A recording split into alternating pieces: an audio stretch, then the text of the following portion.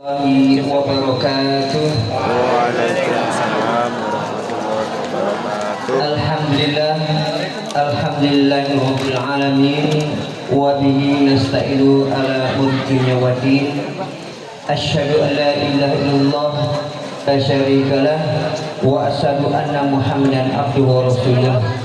Allahumma shalli wa sallim ala sayyidina Muhammad wa ala alihi wa sahbihi ajma'in.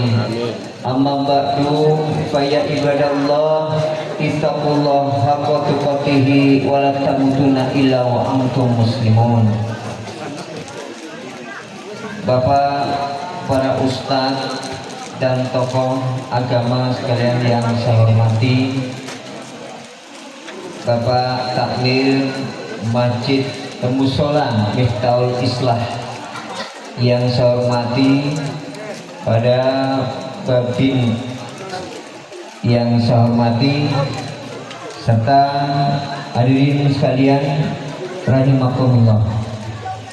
Alhamdulillah malam hari ini kita bisa bersilaturahmi bersama, tentunya dalam peringatan Maulid Nabi Muhammad Sallallahu Alaihi Wasallam dengan temanya tingkatkan ukhuwah Islamiyah di lingkungan masyarakat.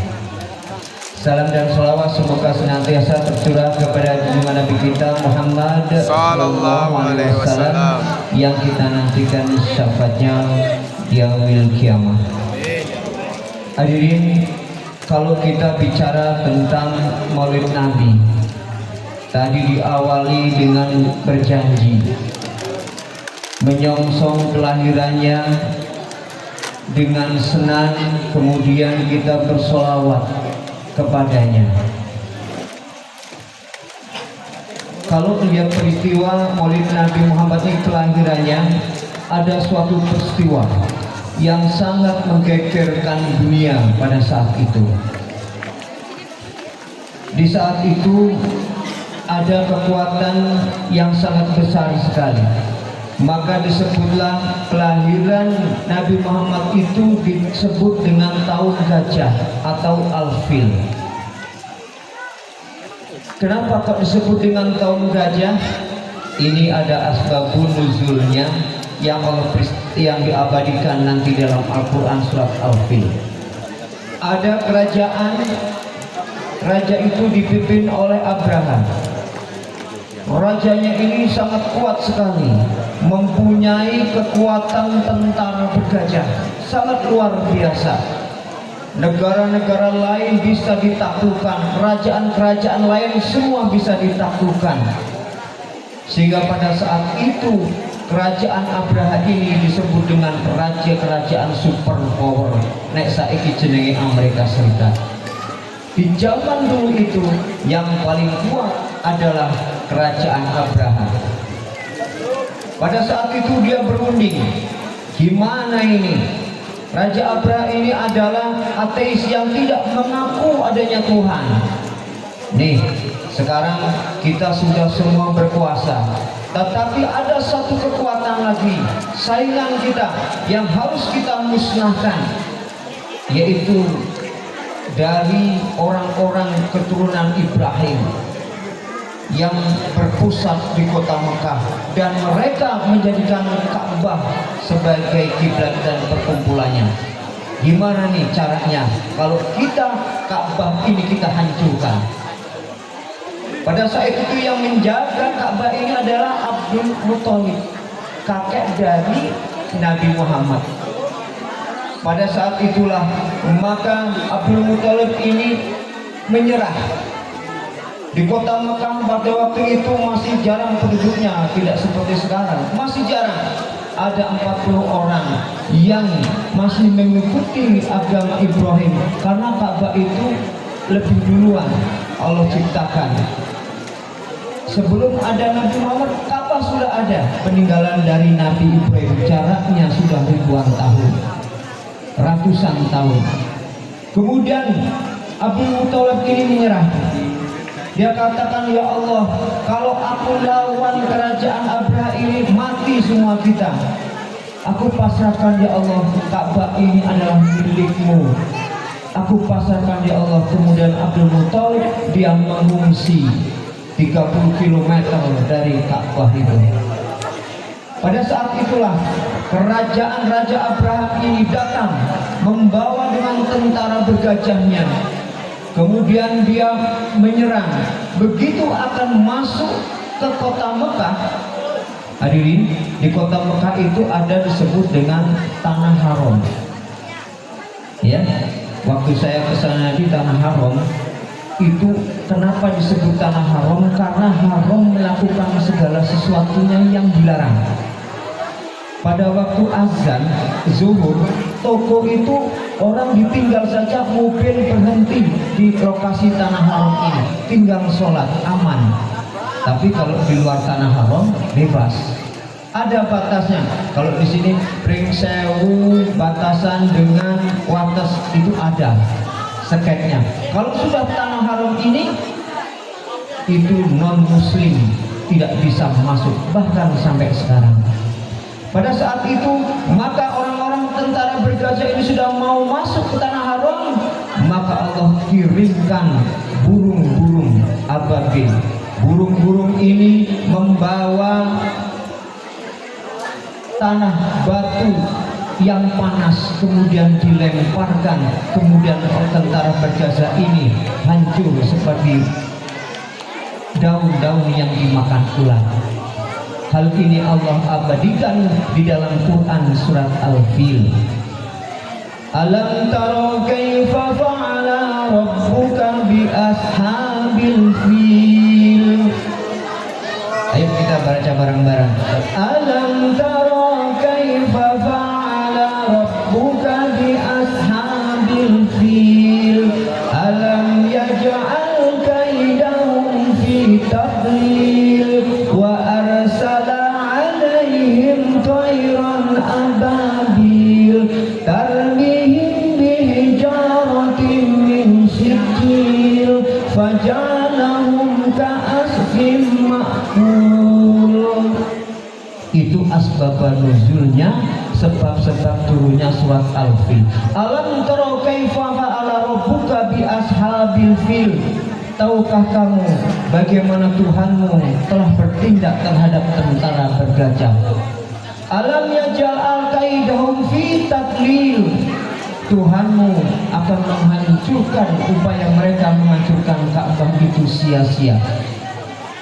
Alam tara kaifa rabbuka bi ashabil alam yaj'al kaidahum fi tadlil wa arsala 'alaihim tayran ababil. Dan Allah mengirimkan burung-burung yang berbondong-bondong. Tarmihim bihijaratin min sijil, dan membawa burung-burung ini membawa batu yang sangat panas. Faja'alahum ka'asfim ma'kul. Mereka itu seperti daun-daun yang dimakan ular. Tahu Bu? Daun-daun dimakan ular. Seperti daun pisang kalau dimakan ular pasti rusak. Nah ini ditimpakan pada saat gajahnya pada berlubang mati semua. Kemudian esok harinya, bahkan yang mengatakan malam harinya, kemudian Abdul Muthalib dengan anaknya bersama nama Siti Aminah masuk ke kota Mekah lagi. Kemudian lahirlah Nabi Muhammad Sallallahu Alaihi Wasallam. Makanya disebutlah tahun gajah. Hari Isnin, Senin malam ini kita memperingatinya. Jadi nanti kalau kita sholat, imamnya baca alam taro kaifa, kita ingat, oh ini peristiwa tentara bergajah. Hadirin saudara-saudara sekalian, kemudian Allah menurunkanlah Rasulullah SAW ini.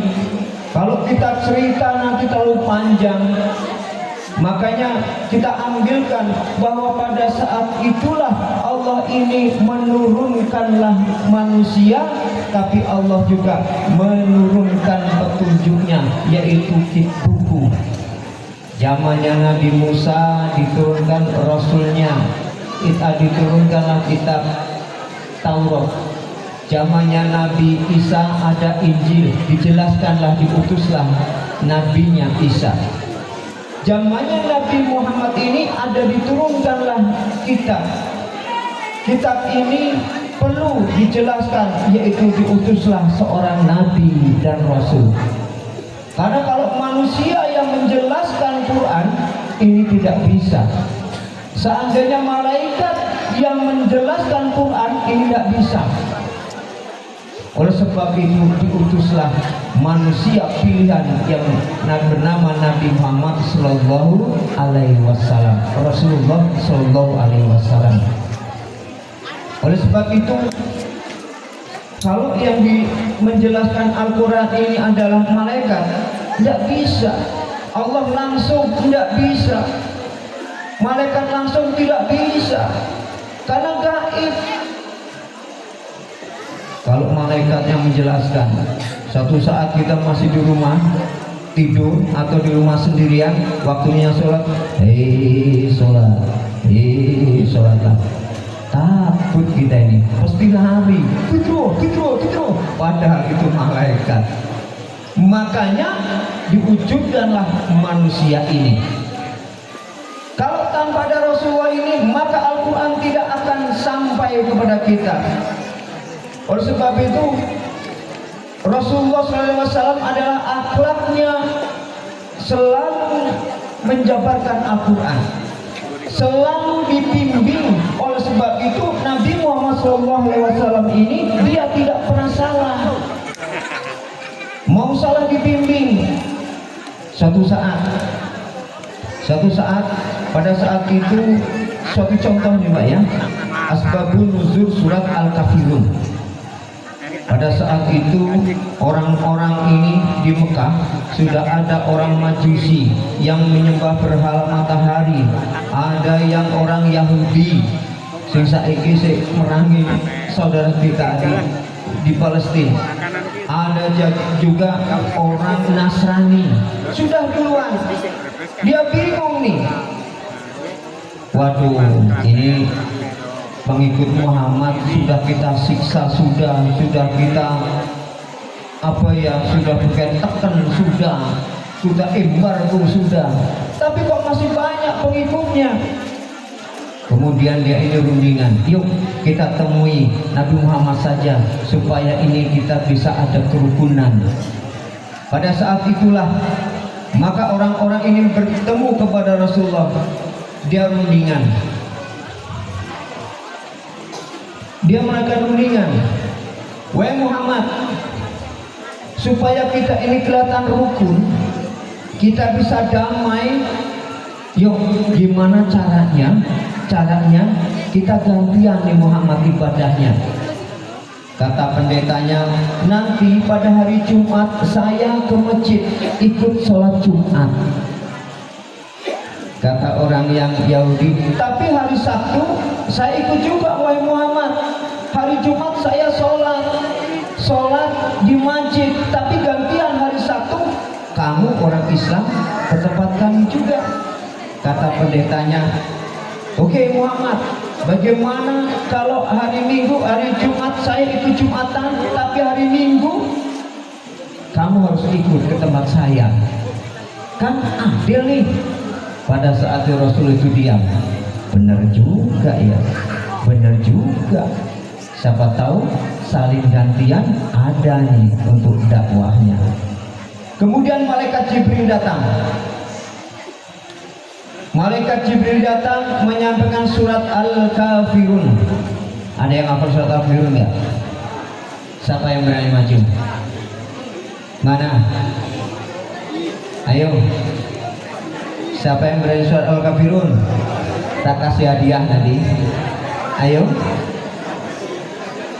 Siapa yang berani surat Al-Kafirun? Siapa? Coba pakai mic-nya. Coba baca surat Al-Kafirun. Ayo berdiri aja lah. Berdiri, yuk. Ayo.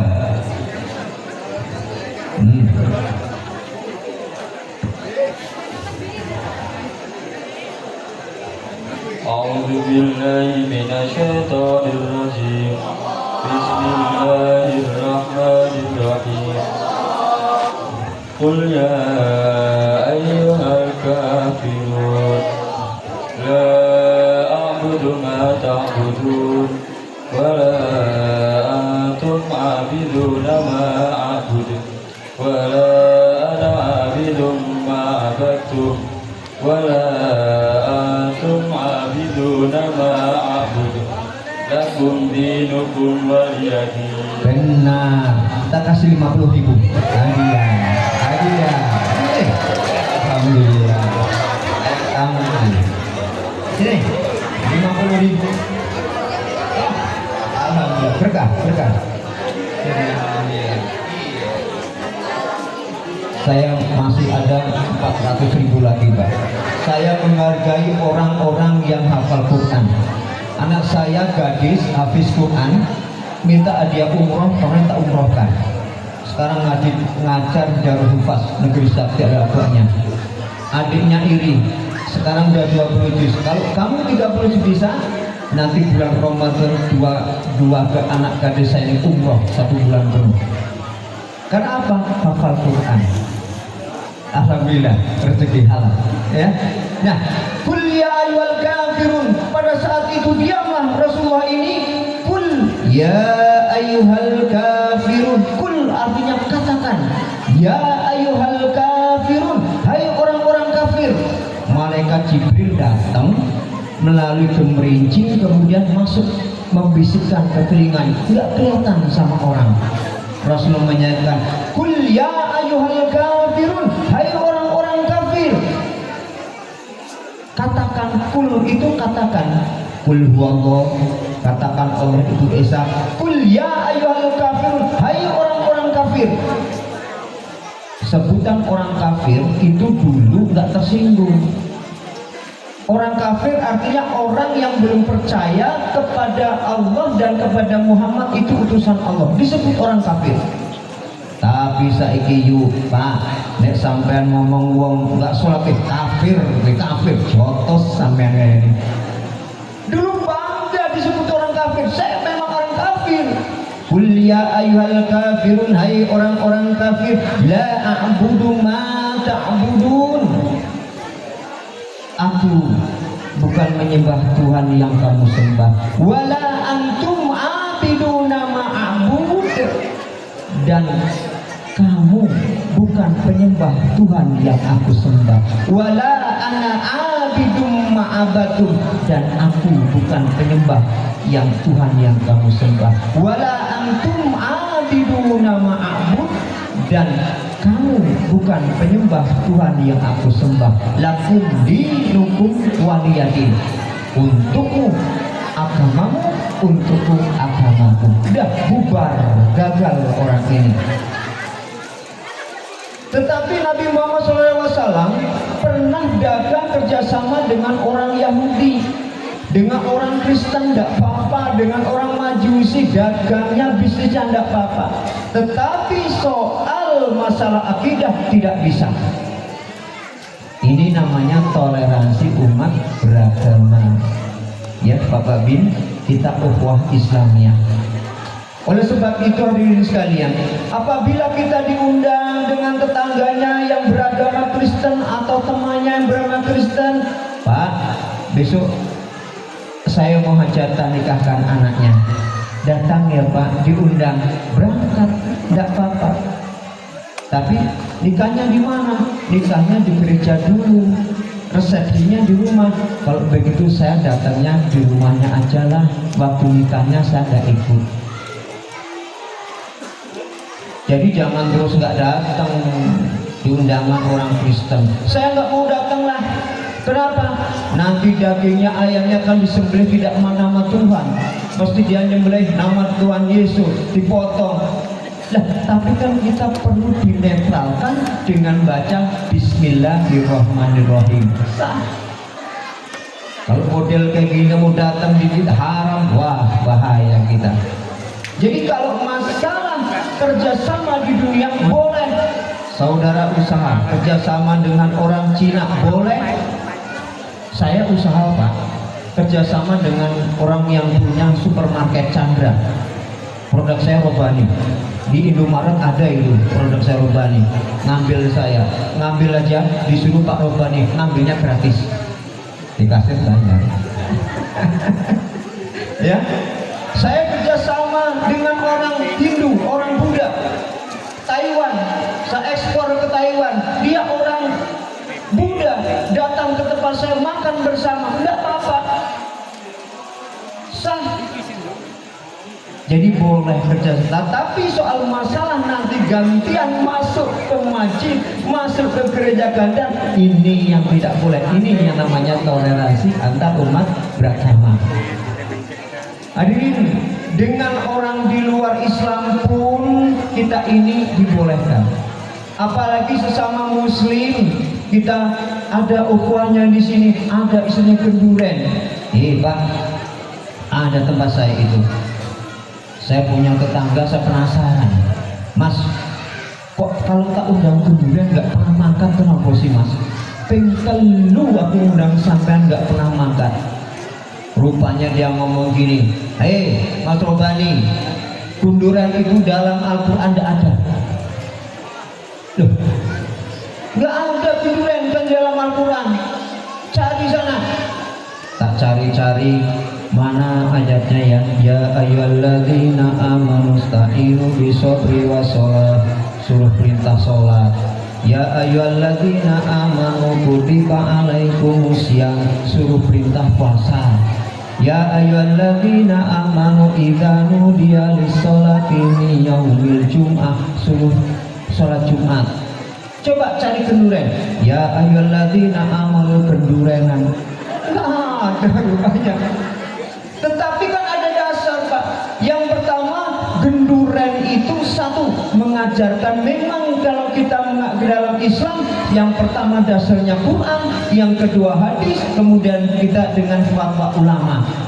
Genduren dalam Al-Quran tidak ada, Pak. Memang kalau dicari tidak ada. Ya ayyuhalladzina amanu gendurenan, tidak ada. Tetapi dasarnya yang pertama sedekah. Dasarnya dalam Quran surat Al-Baqarah di ayat 261. Ada yang hafal? Nah, hafal 200.000. Mesti bawa duit 300. Ada yang bisa nggak? Al-Baqarah ayat 261 nih. Ada? Baik. Allah berfirman, masalul ladzina yunfikuna amwalahum fi sabilillah kamathali habbatin ambatat sab'a sanabillah fi kulli sumbulatin mi'atu habbah wallahu yudha'ifu liman yasha wallahu wasi'un alim. Artinya perumpamaan harta yang disedekahkan seperti satu biji kemudian tumbuh menjadi 7 tangkai, setiap tangkai ada 100 biji dan Allah akan mengembalikan berlipat. Wallahu wasi'un alim. Sesungguhnya Allah Maha Kaya dan Maha Mengetahui. Jadi genduran itu sedekah. Ada unsur sedekah. Yang pertama, kenapa sedekahnya?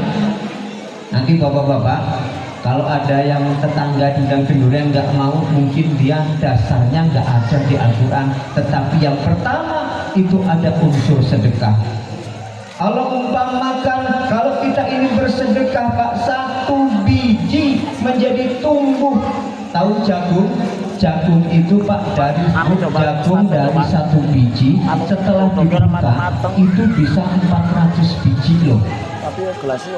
Padahal dari satu biji. Jadi kalau kita berinfak, bersedekah 1.000, Allah akan kembalikan bisa 10.000. Kita berinfak 10.000, Allah akan bisa kembalikan menjadi 1 juta. Itu perumpamaan.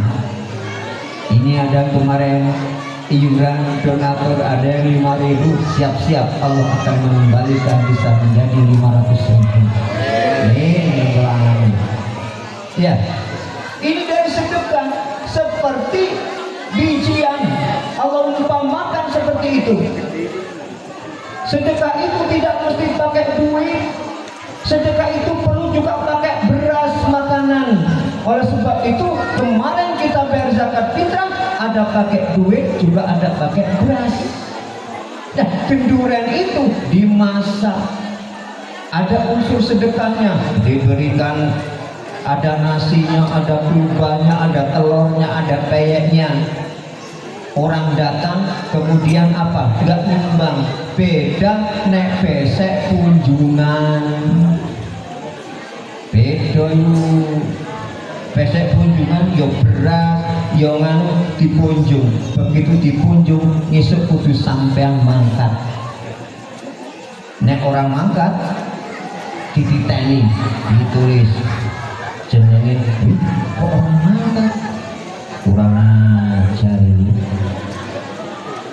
Atau kadang-kadang PT dijual, beras dijual, motor gede, banyak kunjungan. Suatu saat kok sudah dikunjung dikasih besek, nyumbang 25.000, terlalu kecewa ini.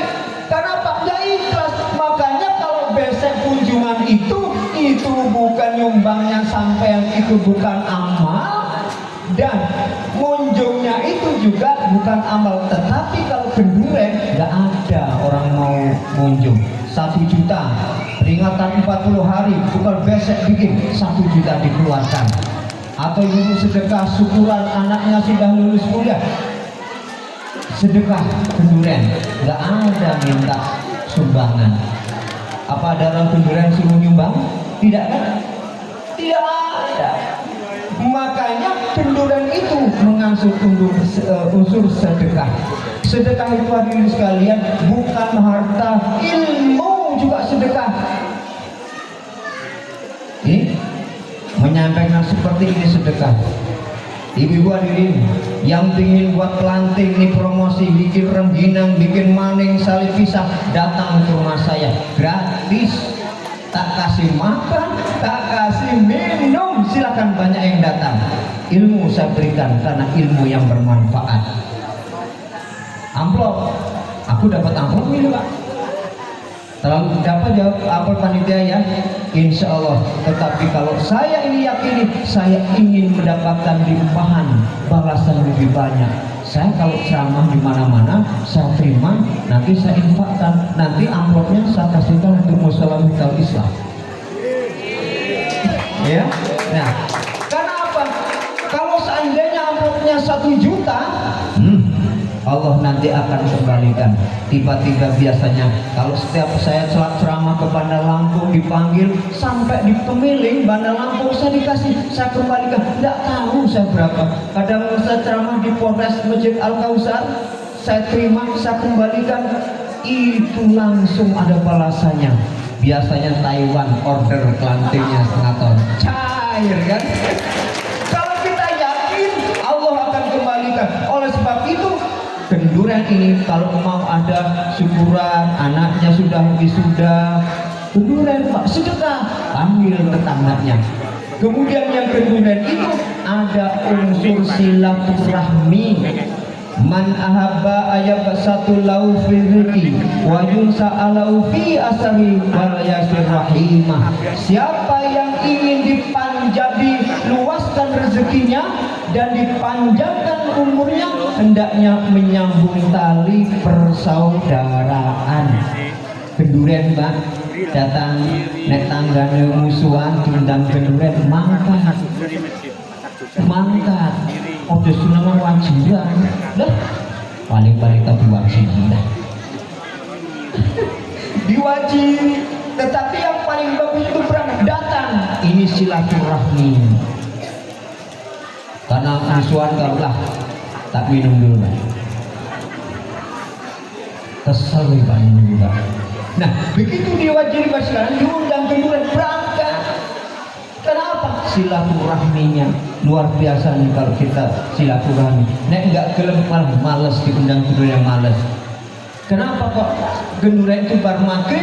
Karena habis itu mau dibagikan ke anak-anaknya. Kumpul bar maghrib mau makan malam. Enak itu besok sedekah atau kunjungan yuk. Kalau kunjungan pokoknya nggak dapat. Kadang rumet, aduh, sedinoten lu kepiye gitu.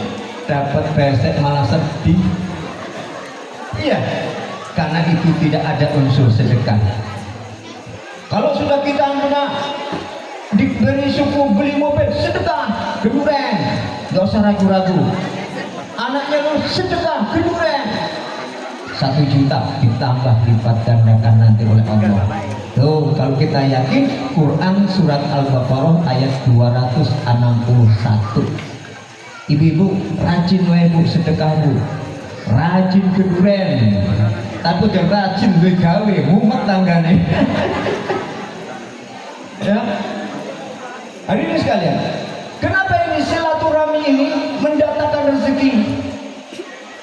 Kalau bisa kita ini mencontoh akhlak dari Rasulullah SAW.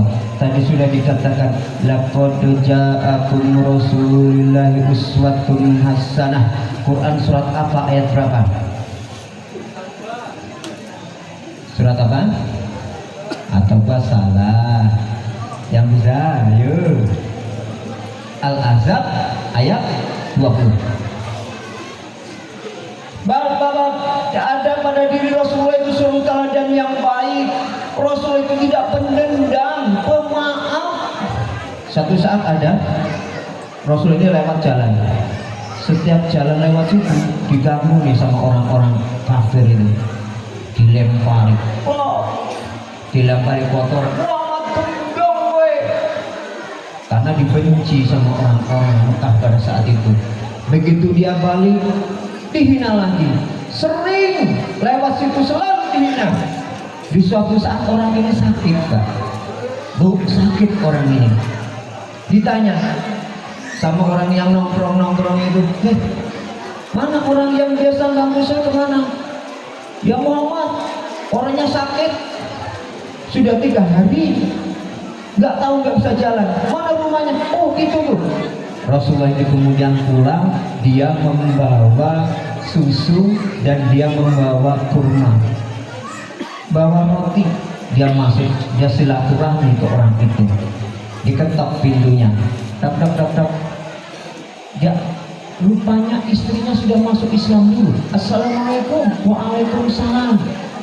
Pak, ada rupanya istrinya yang rajin sholat ibadah, suaminya bedugan.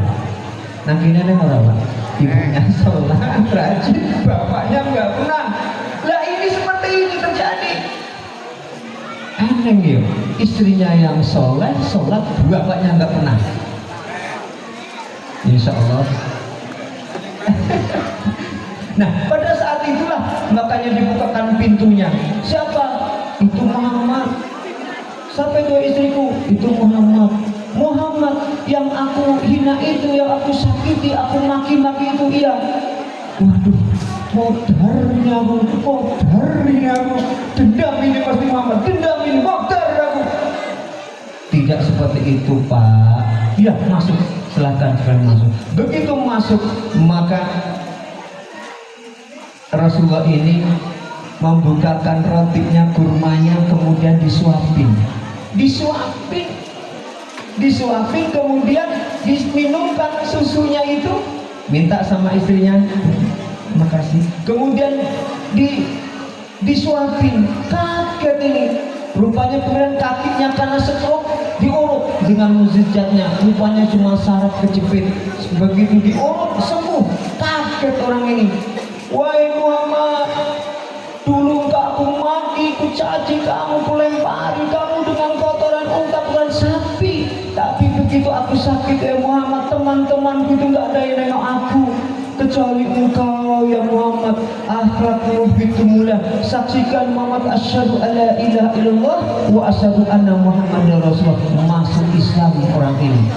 Gimana kita bisa mencontoh sifat seperti itu? Orang sudah menyakiti kita, malah kita berbuat baik kepadanya. Jangan Pak Ustaz, kayaknya orang rajin sholati, tapi kalau tangganya orang kenal. Ya bukan manusia juga. Itu orang ahli agama dengan kakaknya, adiknya malah nggak kenal, jodohan. Yang kita contoh adalah Rasulullah Sallallahu Alaihi Wasallam. Kita umatnya, kita ikuti beliau. Kemudian hadirin sekalian, kalau kita kemudian datanglah karena kita silaturahmi, kemudian kita habis sebenarnya itu bersalaman. karena dengan salaman ini akan merontokkan dosa-dosa kita. Apa sabda hadis dari Rasulullah SAW? Ma min muslimaini yaltaqiyani fayatasofani illa ghafrilahuma wa yatitariqo. Apabila dua orang Islam bertemu kemudian dia berjabat tangan, maka akan diampuni dosanya sebelum mereka berpisah. Datangkan gendurian salaman ya Pak, salaman. Kadang-kadang yang saya jodohan aku istawa Pak, orang kenal tangga nih, jodohan salaman dilempari. Pas salaman, umpet ke tangan nih. Nah ini bukan akhlak dari Rasulullah. Gendurian itu bersalaman ini merontokkan dosa kita antar tetangga. Luar biasa sekali. Hadirin, kemudian ada unsur doa bersama. Nih, makanya gendurian itu dasarnya di Al-Quran ada, dasarnya di hadis ada. Nek wong sing ora gendurian, nek wis kaya ngono wis, nek wis kaya ngono ora gelem ya wis. Bagaimana kalau tetangga kita orang Kristen beda agama? Nggak usah diundang, tapi sebaiknya diwajibi. Ya, nggak usah diundang, kita mau doa diwajibi aja. Hadirin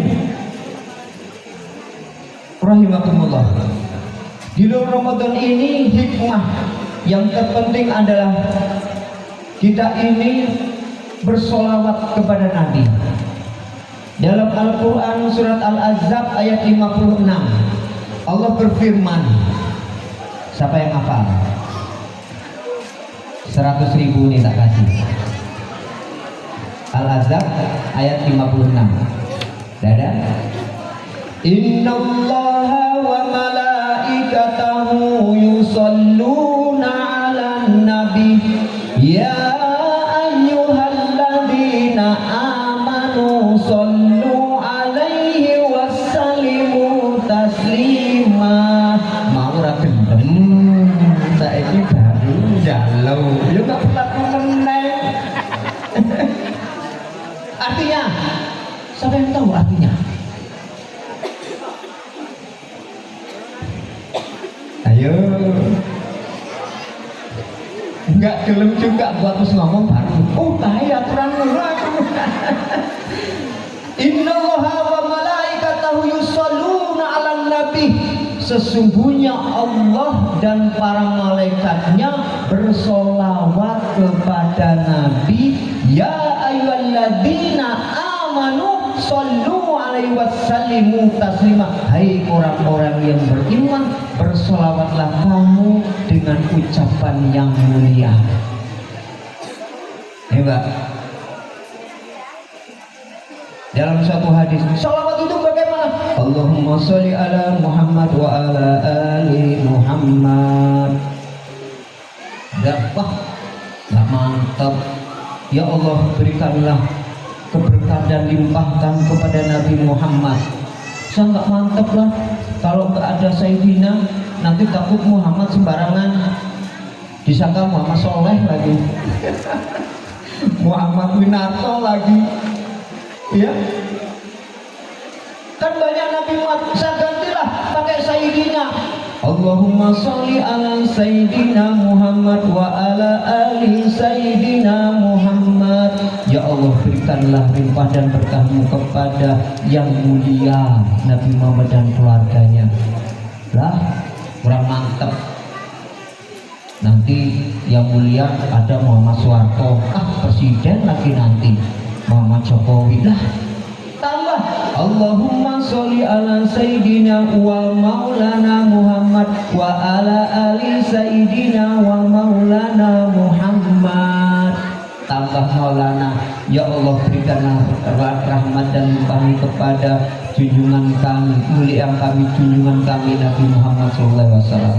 Gara-gara sholawat saja pada waktu itu di Mekah geger orang nggak mau sholat berjamaah.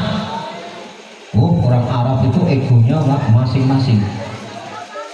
Saya nggak mau sholat tarawih lah bareng-bareng. Berapa? Kamu sholawatnya nggak pakai Sayyidina, nggak menghormati. Kata yang pakai Sayyidina, ih kamu nama-nama maksudnya bid'ah lo, bid'ah. Kemudian Umar bin Khattab pesan kepada Bilal, wahai Bilal, nanti kalau jadi muazin disebut semua Allahumma sholli ala Muhammad, sholli alaihi, Allahumma sholli ala sayyidina Muhammad, sholli alaihi, Allahumma sholli ala sayyidina Muhammad, ya Rasulullah. Rupanya sholawat itu Allahumma sholli ala Muhammad yang dituju ke Nabi Muhammad Rasulullah, yang pakai Sayyidina juga ke Rasulullah, yang tambah wa maulana juga ke ya Rasulullah. Akhirnya bisa menyadari semua. Kan eneng tambah Sayyidina mau bid'ah. Wah, ya bid'ah sesat belalah lawang isi selang di neraka. Hadirin sekalian, nah jadi sholawat ini macam-macam, ya. Ada yang tadi pakai musik, ada pakai musik. Sallallahu ala Muhammad, sallallahu alaihi wasallam, sallallahu ala Muhammad, sallallahu alaihi wasallam. Pakai musik boleh.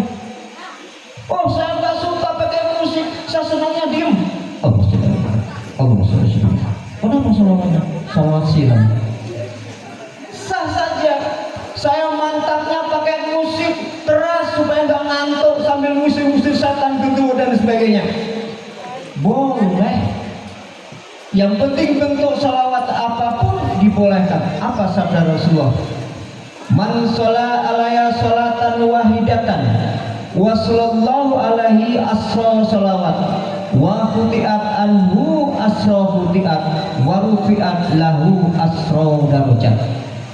Siapa yang bersolawat kepadaku satu kali, maka Allah akan bersolawat kepadanya 10 kali dan akan diampuni dosanya 10 kali dan diangkat derajatnya kehidupannya 10 kali. Ini kalau kita baca sholawat 1 kali.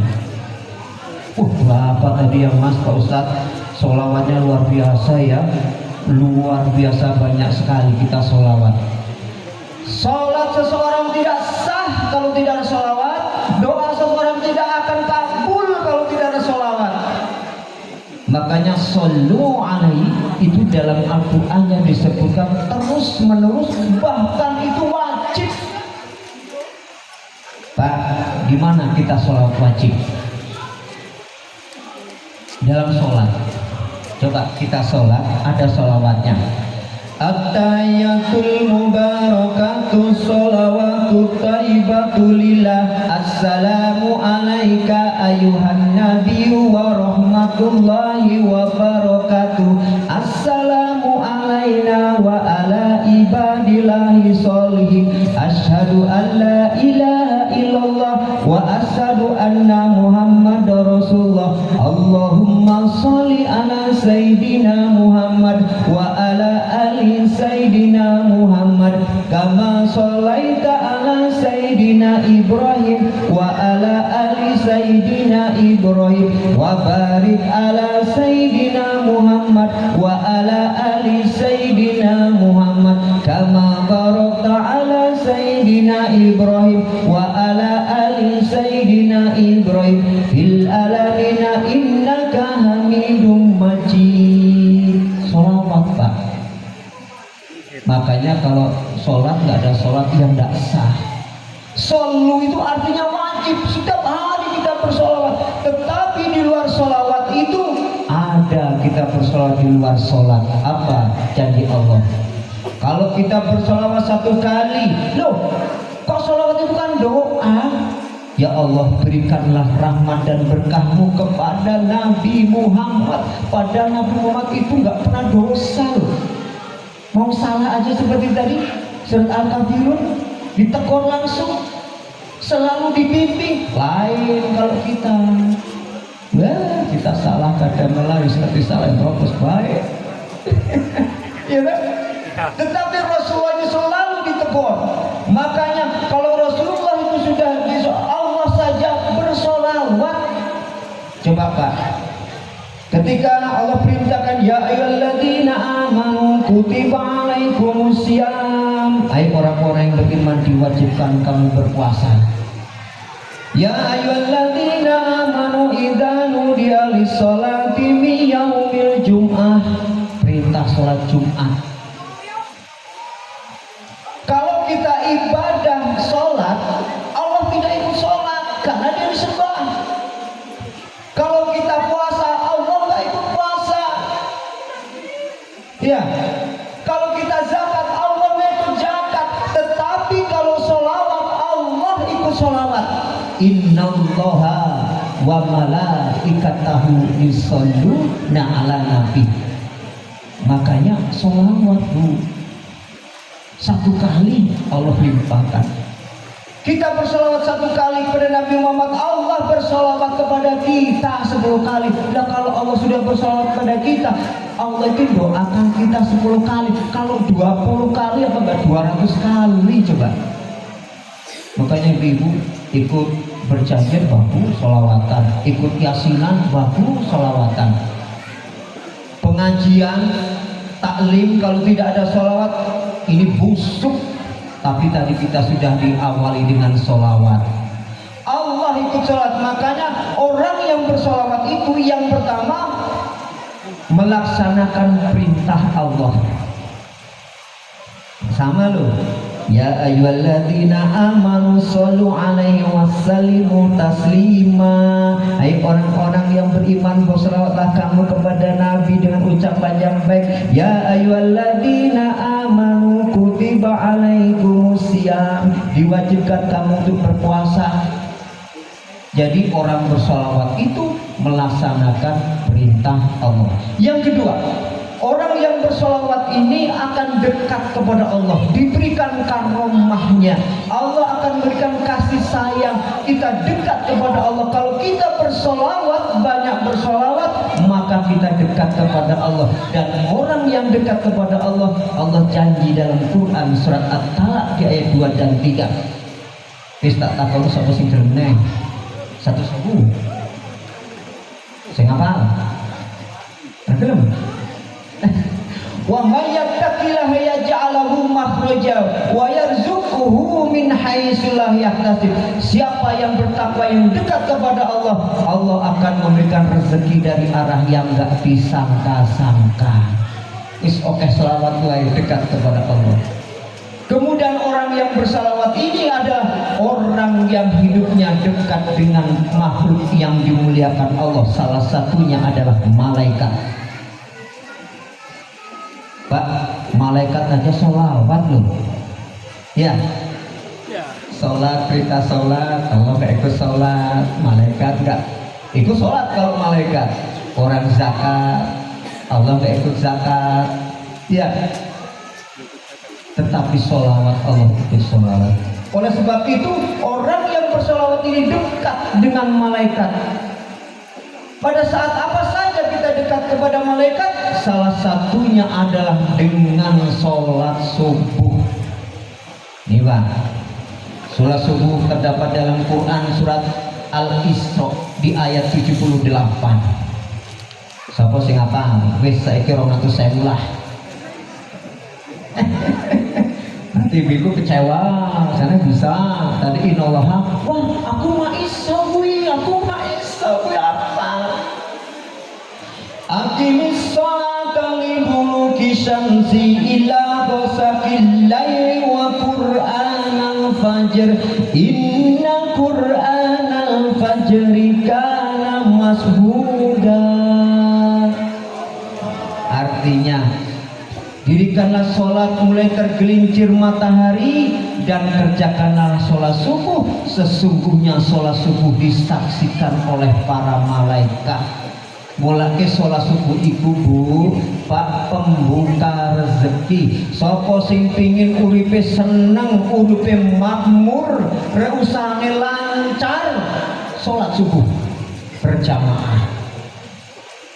Berjamaah. Seorang laki-laki itu sebaiknya sholat berjamaah. Sholat berjamaah itu pahalanya 27 kali lipat daripada sholat sendirian.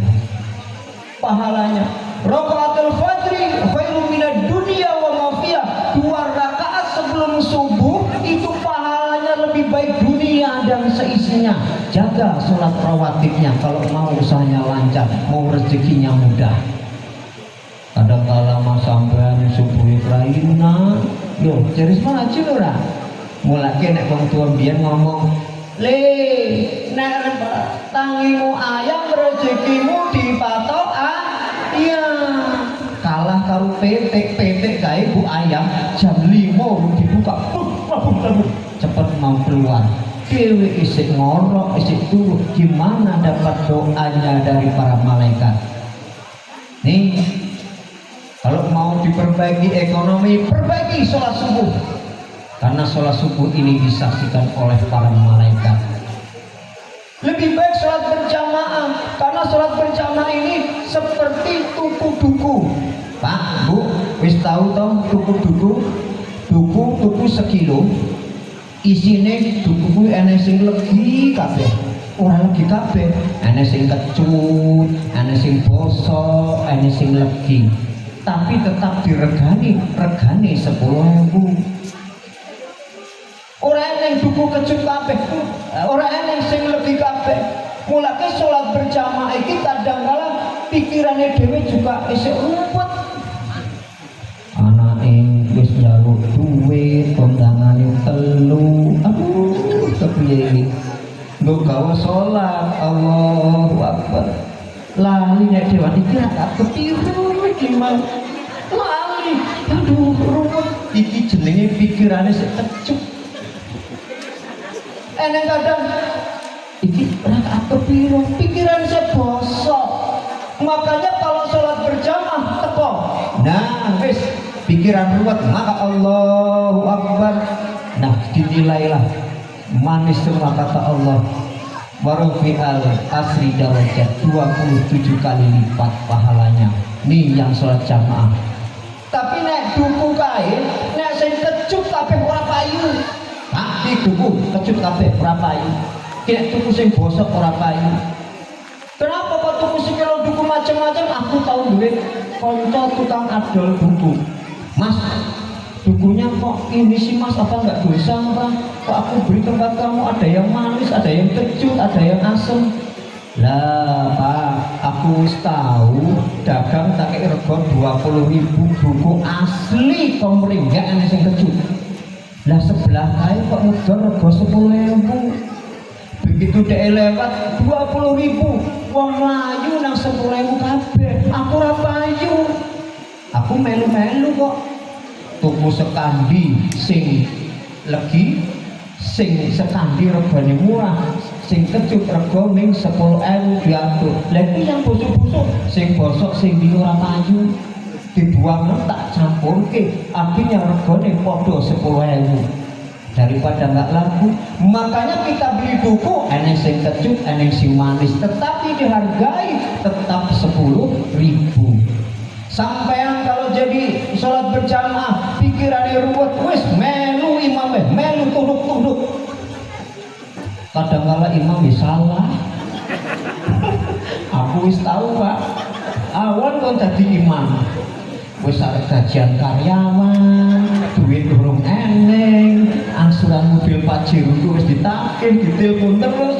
Salat aku asar nang masjid, Allahu Akbar. Wah, pikirannya sing kecut ruwet. Iki rakaat kepiro ya? Kedua apa ketiga? Muncat Allah subhanallah. Oh, salah. Berarti ada yang busuk, ada yang manis. Coba kalau sholat sendirian, wes orang ngerti salahku bener gak ngerti. Mulai nek pikiran ruwet, ribut karo bojone kan nang masjid kan, ngikuti imam, wes amin sah. Pahala yang tak dinilai 20 itu untungnya sholat berjamaah. Buku kuwi eling-eling. Pikirannya ruwet lah, apa ini kecut. Pikiran ruwet karo bojone, njebet nang masjid, nang musala, sholat wis. Sholat sendirian daripada ada terima. Imam juga kadang salah, ustaz juga salah. Kalau pikiran ruwet, mesti kacau kita. Hadirin sekalian, kemudian orang yang bersolawat akan diampuni dosanya. Nah, wa kubiat lahu asrohu biat, akan diampuni, dihapuskan dosanya 10 kali. Nih dengan sholawat. Oke sholawat baiklah. Oh kalau berjanji ini berapa Pak Ustaz sholawatnya? Banyak ya Pak. Ada 20 kali nggak Pak? Lebih. Berapa coba kalau sholawat 20? Ikut aja berjanji di sini jamaahnya. Sholawatan. Iya. Coba. Maka akan diampuni dosanya 10. Dihapus dosanya 10 keburukan orang yang bersolawat. Kemudian warufiat lahu asro darajat. Orang yang bersolawat 1 kali Allah angkat derajat hidupnya 10 kali tingkatannya. Mulai ibu nek pingin anake Pak iso dadi wong apik, iso dadi wong sukses, seneng, pasti ambil Pak disolawati sallallahu ala Muhammad.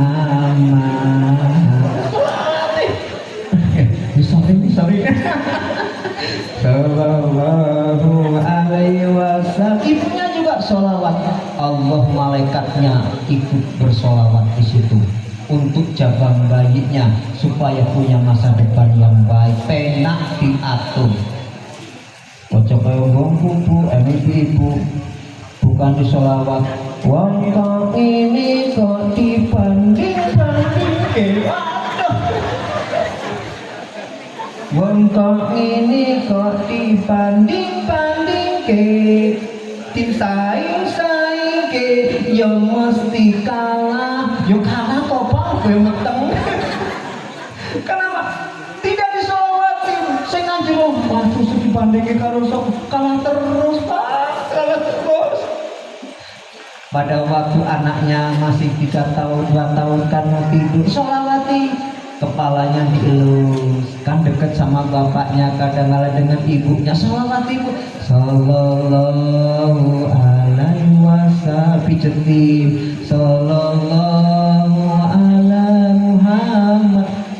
Nanti sampai dia tidur, berkali-kali Allah melindungi anak kita, memberikan kehidupan 10 tingkat derajatnya.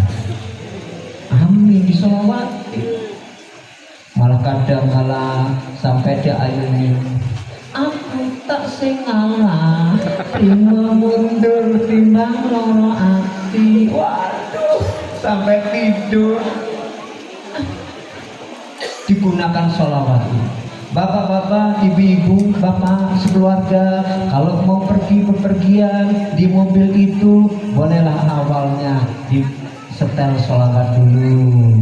Mulai dari rumah sholawatan dulu, musiknya lah sallallahu ala Muhammad, sholawatin. Atau ibu-ibu, bapak-bapak nek nganggo helm kan tertutup gendeng, kadang-kala sambil di jalan sholawatan Allahumma sholawatan, Allah akan berikan keselamatan. Engko nek wis bosen, wis 10 menit gantilah musik. Berulang kali aku mencoba, langsung enggak apa-apa, yang penting diawali dengan sholawat kalau mau bepergian. Makanya kalau disolawatin anak kita nanti insya Allah Pak jadi anak yang soleh. Aku juga anak 5 biar tak solawati terus kata bojone, aduh disolawati karena sudah tahu dasarnya. Mudah-mudahan jadi anak yang soleh, anak yang baik kalau disolawati. Kemudian yang keempat, solawat itu maka Allah akan memberikan syafaatnya di yaumil kiamah. Di dunia juga sudah ada dan di akhirat diberikan syafaatnya. Ibu, bapak, nek sampean pingin memiliki sesuatu, disolawati. Disolawati. Pingin duwe mobil, kepiye yo duwe mobil, dilus-lus saya mobil lewat. Allahumma sholli ala Muhammad, Allahumma sholli ala Muhammad. Nanti Allah berikan pertolongan. Disolawati. Duwe motor, kok pengen duwe motor tapi coke disolawati. Allahumma sholli ala Muhammad, Allahumma sholli ala Muhammad. Insyaallah Allah akan diberikan. Ya. Allah akan berikan. Kenapa? Warufiat lahu asro darajat, Allah akan tinggikan meninggikan derajat kita ini kalau kita banyak-banyak bersolawat. Doa yang tidak menggunakan solawat tidak akan diterima. Makanya kalau kita doa pasti solawat dulu. Allahumma sholli ala sayyidina Muhammad wa ala sayyidina Muhammad. Allahumma fili wali walidayya wa rahmatullahi wa. Kalau tidak sholat tidak akan sah. Duh, padahal Nabi kan, kalau Nabi sudah kita doakan, Rasulullah ini sayang kepada kita, dia akan mendoakan kita juga, membantu doa kita.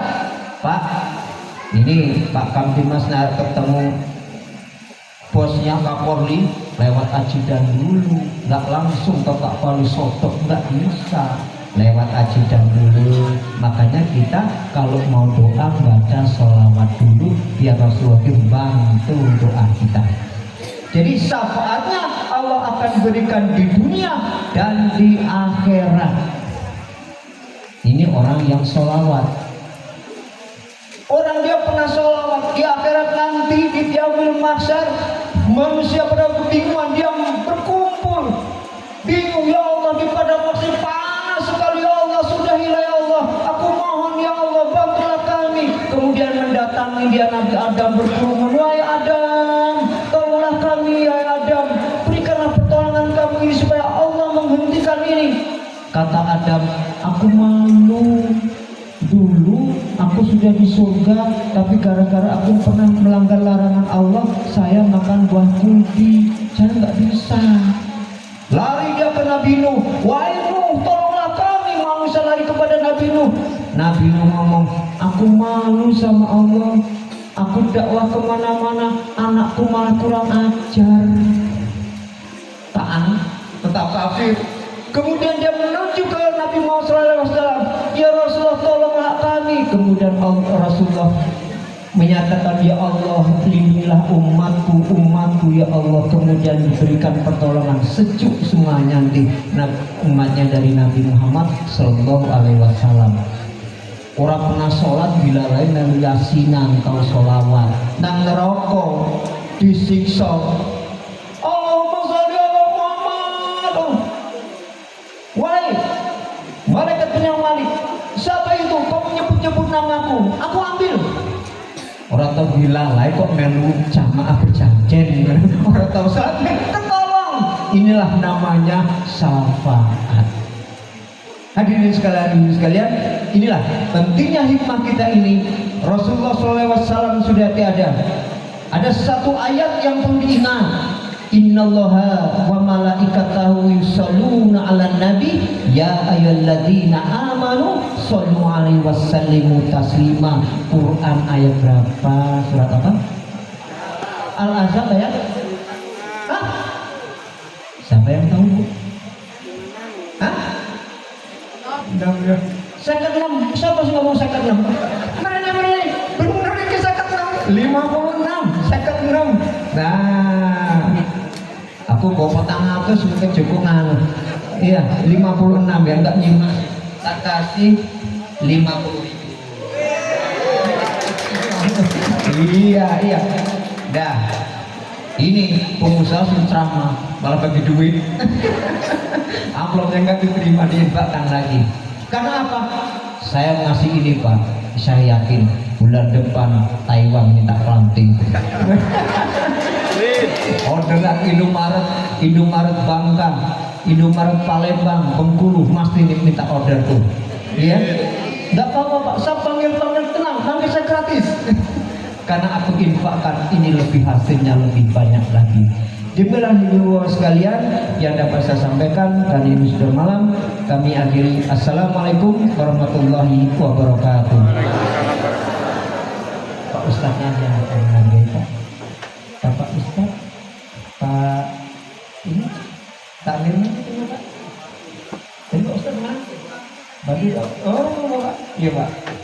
Berbagi Pak ya. Mohon pertanyaan.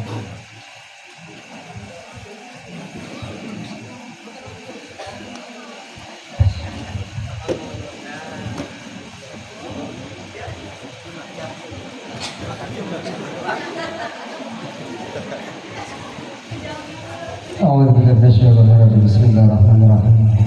Allahumma shalli ala sayyidina Muhammad wa ala ali sayyidina Muhammad. Alhamdulillahi rabbil alamin, hamdan syakirin, hamdan na'imin, hamdan kafirin wasilah. Ya Rabbana lakal hamdu kama yanbaghi li wajhika al-karim 'azimi sultanik. Allahumma salli wa sallim ala sayyidina Muhammad salatan jami'an min jami'il afdal wal afat. Wa ta'amilana biha min jami'il hajat, wa ta'amilana biha min jami'il hajat, wa tudhurna biha min jami'il syai'at, wa tarfa'na darajat basil ghayat min jami'il kharawat innaka ala kulli syai'in qadir. Allahumma fil lana dhunubana wa li walidina warhamhum kama rabbawna saghira wa li jami'il muslimin wal muslimat wal mu'minina wal mu'minat al ahya'i minhum al-amwat innaka ala kulli syai'in qadir. Allahumma inna nas'aluka salamatan fid dinina wa 'afiyatan fi jasadina wa ziyadatan fi a'malina wa barakatan fi rizqina wa tawbatan qabla al-maut wa rahmatan 'inda al-maut maghfiratan ba'da al-maut sallallahu alaihi alaina fi syafarati al-maut wa najatan min nar ghayra faizah. Rabbana zalamna anfusana wa lam taghfir lana wa tarhamna lanakunanna minal khasirin. Rabbana la tuzigh qulubana ba'da idh hadaytana wa hab lana min ladunka rahmah innaka antal wahhab. Ya 'aziz ya ghaffar ya rabbal alamin. Rabbana ya Allah atina fid dunya hasanah wa fil akhirati hasanah wa qina adzabannar. Bi fadlika subhana rabbika rabbil izzati amma yasifun wa salamun 'alal mursalin walhamdulillahi rabbil alamin. Al-Fatihah. أعوذ بالله من الشيطان الرجيم بسم الله الرحمن الرحيم الحمد لله رب العالمين الرحمن الرحيم مالك يوم الدين إياك نعبد وإياك نستعين اهدنا الصراط المستقيم صراط الذين أنعمت عليهم غير المغضوب عليهم ولا الضالين آمين.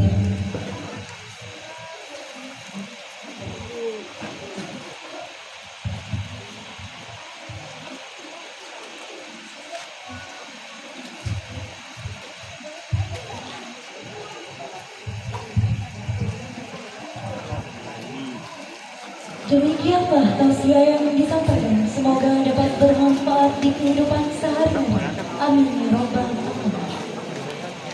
Selesai sudah seluruh rangkaian acara pada malam hari ini dan tiba kita di penghujung acara